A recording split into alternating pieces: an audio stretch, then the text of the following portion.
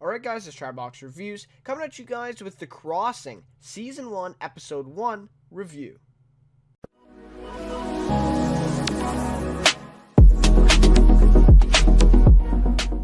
Alright, so this was one of my most anticipated shows this spring, and I'm really looking forward to it. I think it's going to be an awesome show, and luckily for me, I was able to see this pilot early. So it actually comes out, I believe, on Monday. So I was able to see the Terror early and this early, which are like, these two are like my two favorite, or my two, most anticipated shows. So I'm really happy about that. But this one, just these days, they're doing a lot of stuff with these streaming services, and they're making, all these things available. If you have this, I think it was called ABC Premium or something like that. But anyways, they have it on their website. Actually, I don't even think it costs money. You could just go on the website on ABC, and I think you just have to create an account or something, and then you can watch the pilot. So yeah, it was a really great opportunity. I'm really happy that I got to see this early. I'm a little bit mad because now I have to wait an extra week,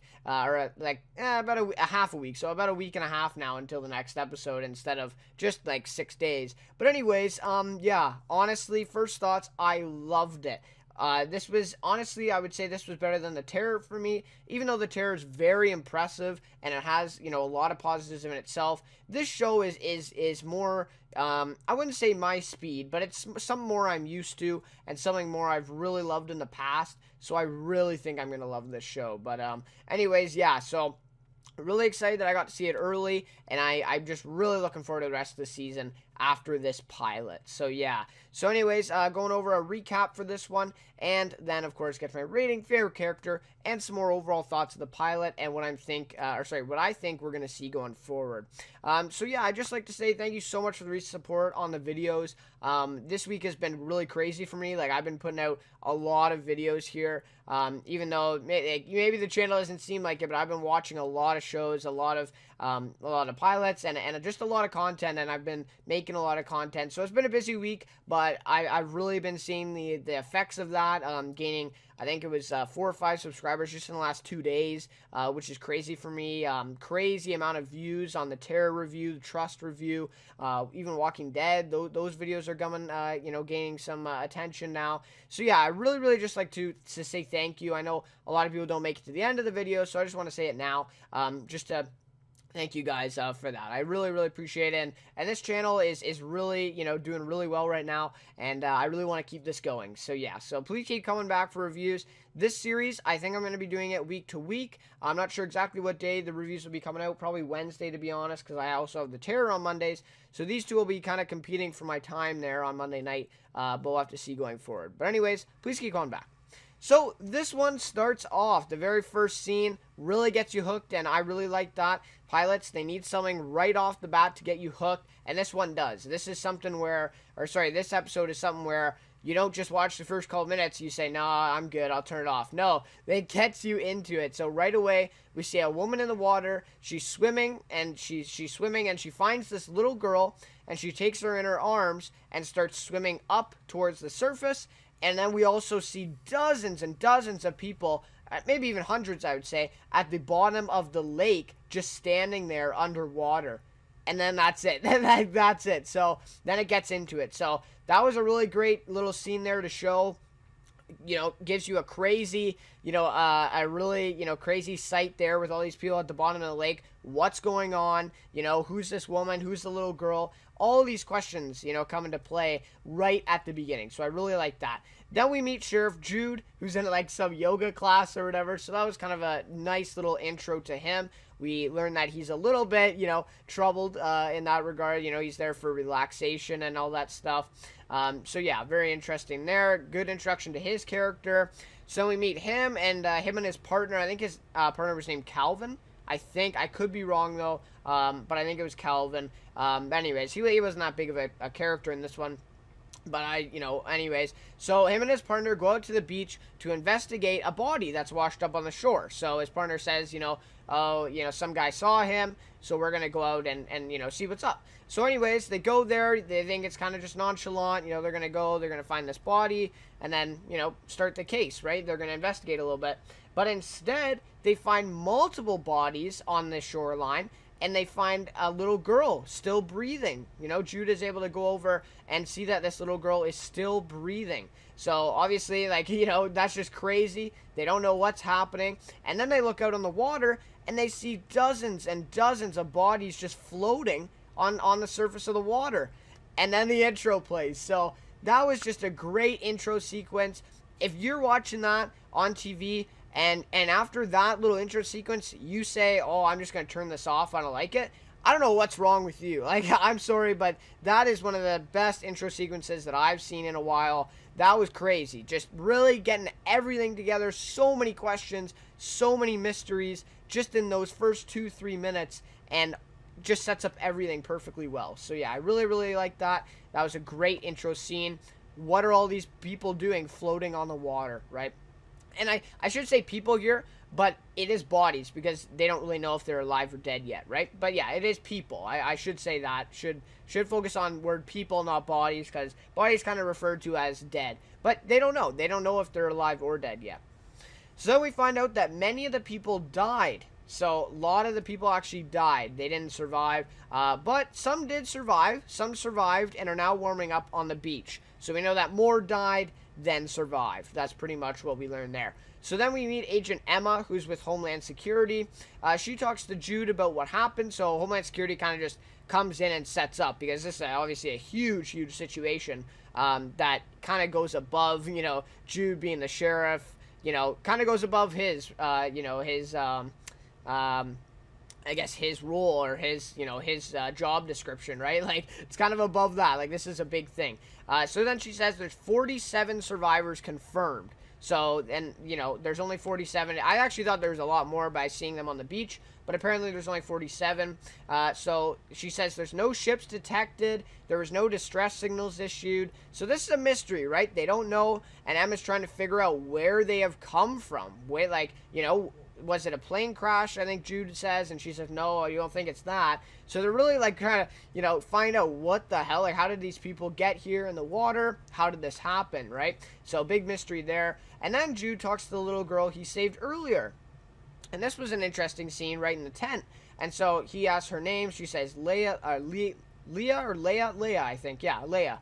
And then he says something about the Bible, and she doesn't know what the Bible is, and that's I'm pretty sure everyone, knows what the Bible is, even if you don't practice Christianity, or any religion. You know what the Bible is, right? So obviously that's, the first little thing that kind of tips off to him. And then she says that she was running away from the war, right? And it's war, what war is going on? And then he said, okay, well, where are you from? What war? And she says, she's from here, I'm from here, whatever. So it's what? There's no war going on. And then he says, but there's no war here. And she says, there will be.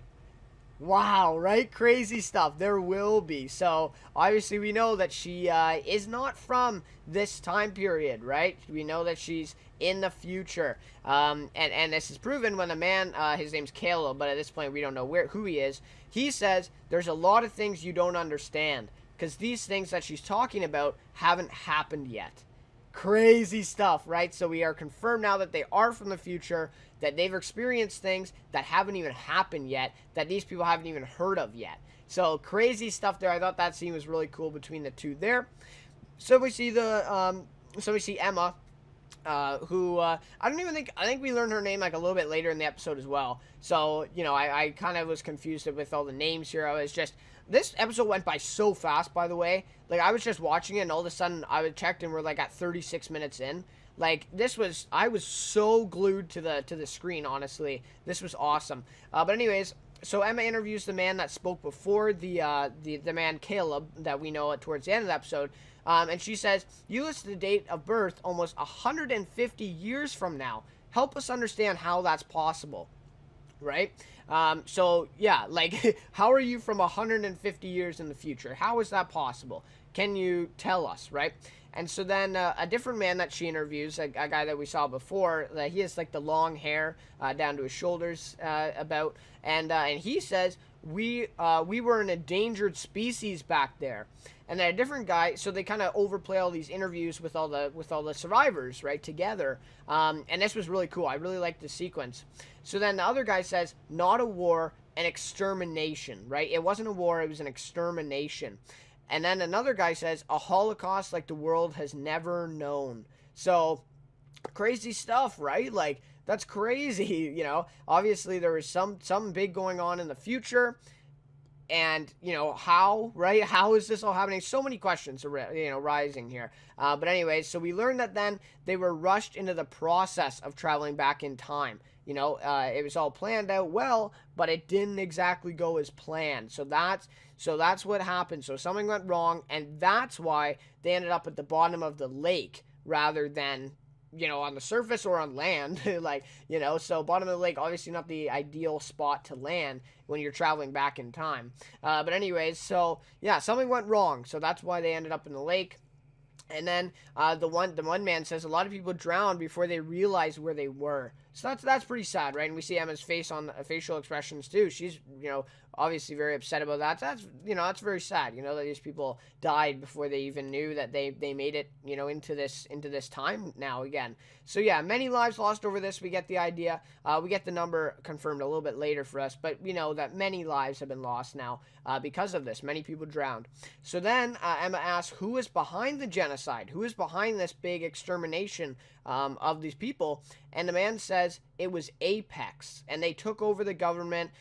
They, you know, basically were supreme rulers, right, of the you know, of the world, I guess. And he says they're different than us. So that was a big thing too, right? You know, they're different than us. What does that mean? Right? So they were obviously, you know, genetically advanced, I think he said. They're different, right? They weren't human. So, or they were human, but with like, you know, extra qualities. So yeah, that was really cool too, you know, that thing. But I really love that interview sequence. I felt like that was really awesome there as well. So then we see the woman who rescued the girl before, the one in the water, right? And of course we know her name towards the end of the episode, but until then we don't. So I'm just going to keep saying the woman or Leia's mom. So then, yeah, so we see her. Turns out that she is Leia's mom, right? We learn that. Or we kind of like see that, right? We kind of know that because we see that little sequence, right? Where she kisses Leia and then pushes her up to the surface, right? And, or sorry, thrusts her pretty much, thrusts her up to the surface, and then she actually falls down in the water to the bottom, presumably again, right? So she's able to save Leia, who is her daughter, right? That's her daughter. So then we learn that they're looking for her now, right? They don't know where her mom went. They don't know if she's dead. They don't know if she's alive. So Leia's kind of asking them where she is, and they don't know, right? They haven't found her. So instead of turning up on the beach like the others, she wakes up on a fisherman's boat. So these fishermen were able to rescue her, I guess, from the water and get her aboard the boat. So, you know, she was separated from the rest of them there. And then the fishermen say it's a miracle that she's still alive, right? She probably should not have survived what she did. And obviously this is the first, you know, little thing that we get that's saying maybe she's not like all the other, maybe she's not, you know, human, right? Maybe it wasn't a miracle. Maybe she was, you know, gonna survive anyways. So that's something to focus on too. So then the fishermen take her to some restaurant or something like that, and she's eating a little bit, and the man tells her then about the bodies washing up on the shore, right? And obviously, like right away, she you know, wants to see them. She wants to go and find her daughter, of course, right? And then there's like a weird part where she sees his tattoo in Russian, and she starts speaking Russian. And it's like, you know, and he asks, like, are you Russian? And she says, I'm not anything. So yeah, that was kind of a weird exchange too. And it's like, you know, okay, all of a sudden she just spoke Russian. Like, that's kind of weird. And then she sees what's happening on the TV. So she sees Sheriff Jude actually announcing stuff, the news about it and all that. So she just sees that on the TV, and she's gone. She's out of that restaurant, and she's, you know, presumably going to find the bodies and see where they are. So then we see Emma speaking to this deputy at Homeland in Seattle, Washington. And now, I don't know, like, what happened here, but I still don't know where exactly they are, what town they're in. I feel like they said it at the very beginning of the episode, but I missed it. So I have to go back and see that. But for now, I still don't know where they are. But I know that the Homeland is in Seattle. I think they're in California, I think, but I don't know. I'm not exactly sure. So she shows this guy the interview scripts, right, about the people, and she also says over 400 people drowned. So that's where the numbers confirm for us that 400 people drowned and died. So that means 47 out of the 400, or sorry, 47 compared to 400 plus.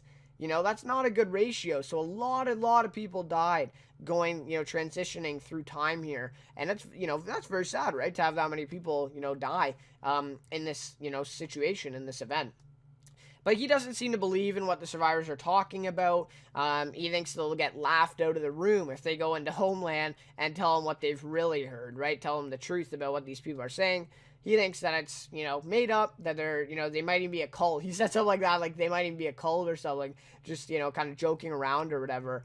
So yeah, he doesn't buy it, and he doesn't think it's legitimate.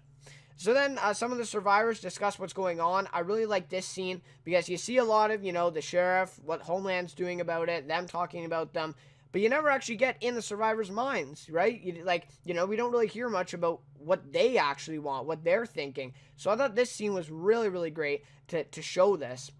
So they discuss what's going on a little bit, right? And the one guy says, good to be back at the top of the food chain again. So that's pretty crazy there, because they're talking about eating and the food and everything. And then I think Caleb is kind of like the leader of the people, I would say. Not by choice, but I mean, he's kind of, being that, leader figure. And he says they've come here to start over, and they need these people. They need to, they need help from these people to start over and get their lives going again. And he says this is a different time and place from where we've left. Right? It's not going to be the same. There's going to be changes. The people aren't the same and all this stuff. So that, these people have to start coping with the new environment. So I thought that was very pivotal as well. These survivors, right, they're coming from like 200 years in the future. They don't, they're really confused. So Caleb is kind of becoming that, figure for them, helping them out through this process. So that was a really nice scene there. So then we see Sheriff Jude. He gets in his truck at the station. Just seems like a, regular scene. And all of a sudden, Leia's mom is in the back seat and holds a gun to his head. She demands that he take her to the beach, or I guess she demands that, he take her to the bodies that at this point are in that airplane hangar, right? They're not at the beach anymore. They've traveled, or they've taken them there. So basically, this sequence was really interesting. So then they sneak into the building where the dead bodies are being held. The woman, or Leia's mom and Jude. And it's just a crazy sight when they go in there. The just overwhelming amount of bodies just in the bags there laying on the ground. A really, sorrowful sight, right? That's, very, very sad that many people passed in this. And she checks all of the bodies, I guess, or all the bodies that look maybe like a little girl, for her daughter, and she doesn't find her, right? So I guess that's good news, but she doesn't find her, right? So, she's kind of a little bit frustrated. She goes through all of them. She doesn't find her because she thinks that her daughter has died, right? That's what she kind of fears right now. And then all of a sudden the power comes back on, right? So, they're kind of in here on a secret. Power goes back on that they turned off, and the 2 Homeland guards come out and hold her at gunpoint. So, this was a crazy scene. Then all of a sudden, things kind of start to go quiet, and she's kind of in her own little realm here for a couple seconds. And then all of a sudden, she just snaps, and she knocks the guns out of their hands. She pushes them away, and she just gets out of there. She jumps super high in the air. I mean, she does 3 or 4, jumps in a row for us humans, regular human. And she goes, I don't know, I would probably say she jumped 2 stories high, in the air, and then she lands on that crate, another 2 stories, and then she's out the top window of the building, and she breaks through.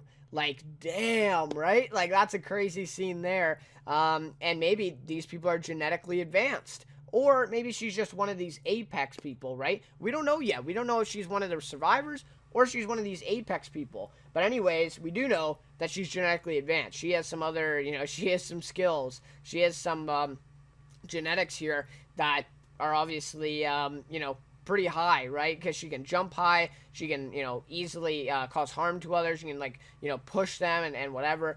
So yeah, really, really crazy stuff there. That was a really interesting scene. So then we see Thomas, one of the survivors. He goes and talks to Emma with the Homeland there. And he says, I have information that your government will want to hear. and he says national security implications. So he wants to be the guy, I guess, to tell them, and he wants a reward, right? He wants a reward for what he's going to tell them. So he actually demands he talks to the president of the United States, which is a pretty big ask, right? But anyways, he tells her that they are not the first ones to come here. That's the bigger part of that, and that's crazy, right? If they're not the first ones to come here, when did the first people come here, and who are they, right? So crazy stuff there. Yeah, like just a lot of crazy stuff in a row here, but anyways, so then we see this is a funny scene to me. I really love this scene. This is just like a little like quick, humorous little thing here, but this man then comes and finds Leia's mom at the docks. And I just love this. I love this. So the man, goes and he gets out a gun. And he's trying to take her money. And then the next scene, it's like he's in a stretcher and he's bleeding. Oh, that was just really funny. The way that whole transition went. And all of a sudden he's just in a stretcher and he's bleeding and he's injured and everything. So I thought that was pretty funny. He thinks he's a tough guy or whatever, and this girl puts him in a stretcher. This woman. So yeah, that was really funny. And then from this though, and it turns out he was like a neighborhood drunk sort of guy. Like he was that guy that they were all looking for that committed these little crimes. So it was kind of good that this that he got caught, that this guy was finally apprehended. But then Jude finds out that she took his gun. So now she has a gun.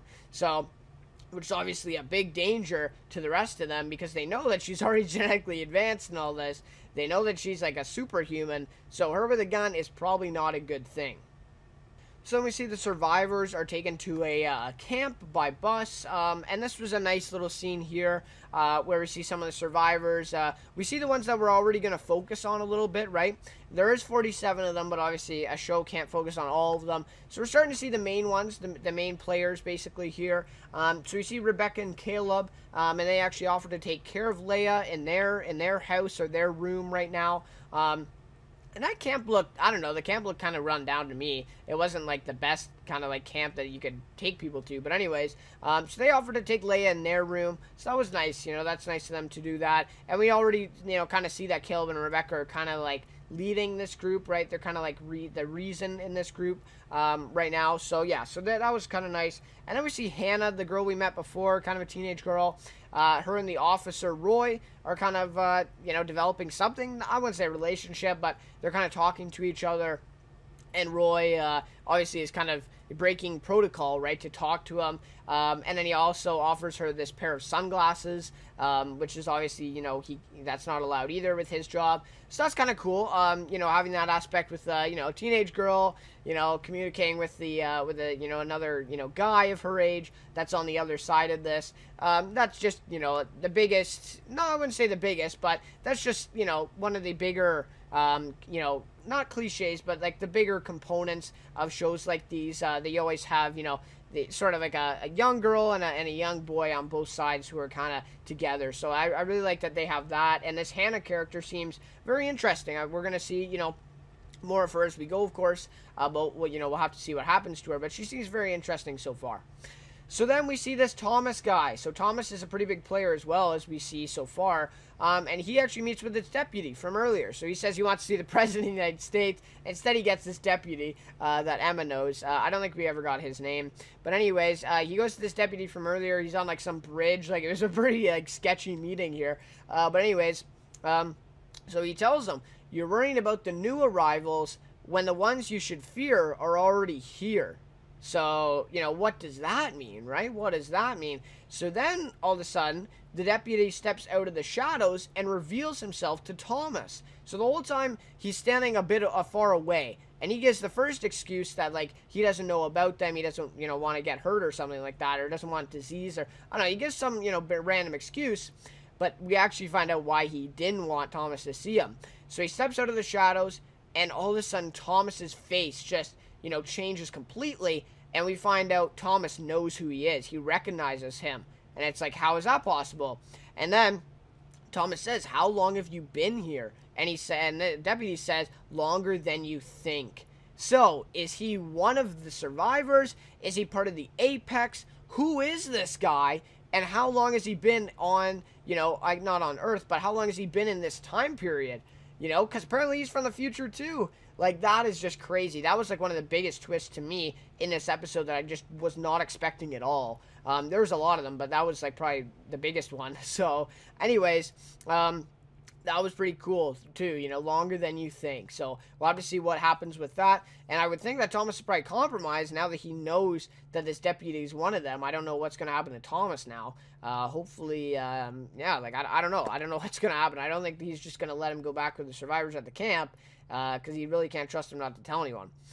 So anyways, so then we see, finally at the very end of the episode there, in the last couple minutes, actually, Leia's mom then breaks into Jude's house when he's on the phone with his son.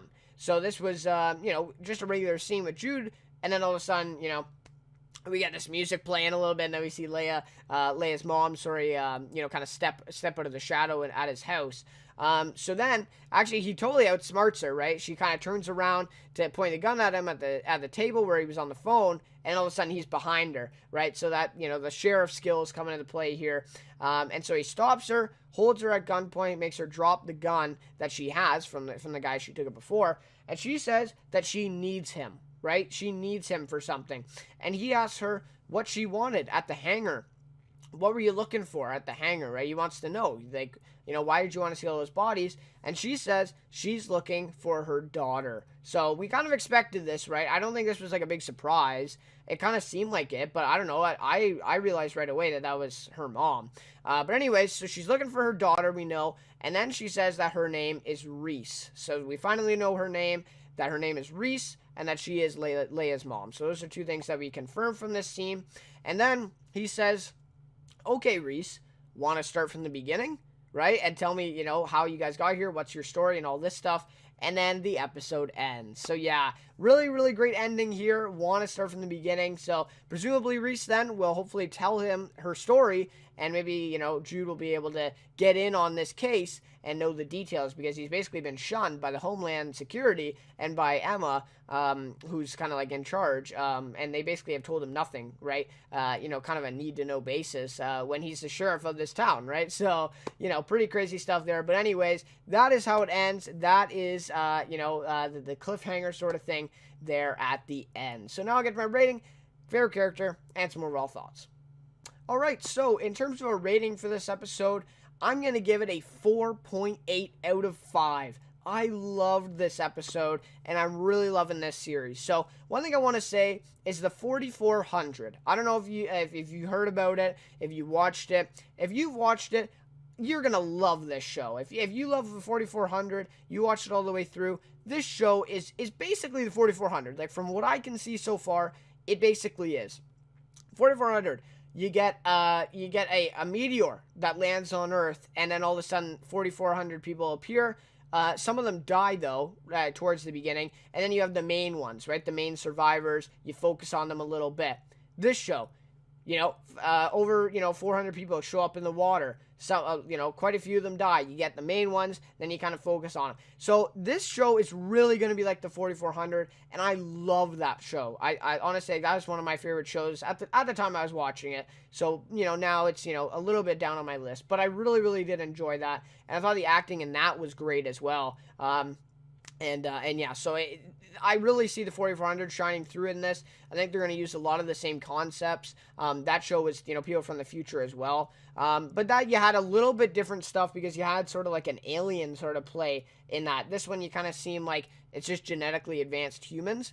So we'll have to see exactly what happens here. There's going to be twists. There's going to be a lot of, turns and everything like that. So it's going to be good. But yeah, pretty much I'm really liking it, because it, comparing it to that show. A couple things. Exceeded my expectations. It was an ABC drama. I wasn't exactly sure what to expect. I thought I might be disappointed, but no, it exceeded my expectations fully. The whole episode was great. Great acting as well. I thought that the whole cast, Steve Zahn, Natalie Martinez, who plays Reese, or Leia's mom, she's great. She was in Under the Dome that I watched, and I really liked her in that. I think she's been in a few other things too, but that's kind of like her main thing that she's done, and she's great. She's a really good actor, so I really like that. And again, like I said, very interesting concept. A lot of questions, raised here. A lot of possibilities with this one. Great visuals throughout, I thought. Really great capturing of like a small fisherman town that's sort of what they were going for. I feel like they did a great job capturing that and kind of showing us exactly what, what that would look like, right? They did a really good job with that. I really like that. And lots of twists and turns. Like I said, a lot of them in this episode alone. And I feel like there's going to be so many more coming in the rest of the season. And there's a little bit of comedy, too, at times, right? It's kind of an emotional thing that 400 people died. So you got to have some comedy in there. And I felt like, the guy in the stretcher, that little thing, that was kind of funny. So I really like that they put a little bit of comedy in there to kind of, improve the show, make it a little bit lighter, rather than just focusing on, the hard-hitting, death and all that stuff. So, yeah. Favorite character for this one is Jude Ellis, who's sort of our main character at this point, I would say. So he's played by Steve Zahn. He was on Treme. That's the David Simon one, the New Orleans Katrina show. And that was a very successful show on HBO. So, yeah, he was in that. He was a pretty big role in that. And he's also been on Modern Family, a recurring role on Modern Family. So, yeah, I haven't seen him before personally, but I really liked him in this episode. I felt like he did a great job, as acting for the character. I feel like he's kind of adding his own spin to it as well, and I feel like he's doing a great job with that, kind of making him like an awkward, kind of like not depressed, but kind of like down on his luck kind of guy. And I really like that approach. I really like the character so far, and now that he might be able to get some details on what's going on, maybe he'll be able to help. And obviously we know that he's caring. We know that he has a good heart. And we'll have to see what happens to him, right? How he moves forward, how he's able to, take advantage, or not take advantage, but kind of, work with this situation. What is he going to do from this? What is he going to do in the town? What is he going to do to help? So, yeah, really great stuff there. Honestly, blown away by this. I suggest this to anyone, especially if you've watched the 4400, or at least you just, you knew about that show and you were kind of interested in that. Pretty much the same sort of concept with this one, but I hope this one is even better than that one. That would be crazy. But anyways, guys, really happy that I got to see this early. Really, happy of how it actually turned out. I feel like it's an amazing pilot here. And yeah, so that would just about do it for the review. Thank you so much for watching, and like I said at the beginning, thank you so much for the recent support on the videos. Can't thank you guys enough, but yeah. So anyways, week-to-week reviews for this one, so please keep coming back for reviews. I believe every Wednesday I'll be doing them, or trying to be doing them. So yeah, I'm really interested, and I hope you guys are too. Let me know what you guys thought of the episode as well down in the comments below. But anyways, thank you so much for watching this one, and I'll see you next week for The Crossing Season 1, Episode 2.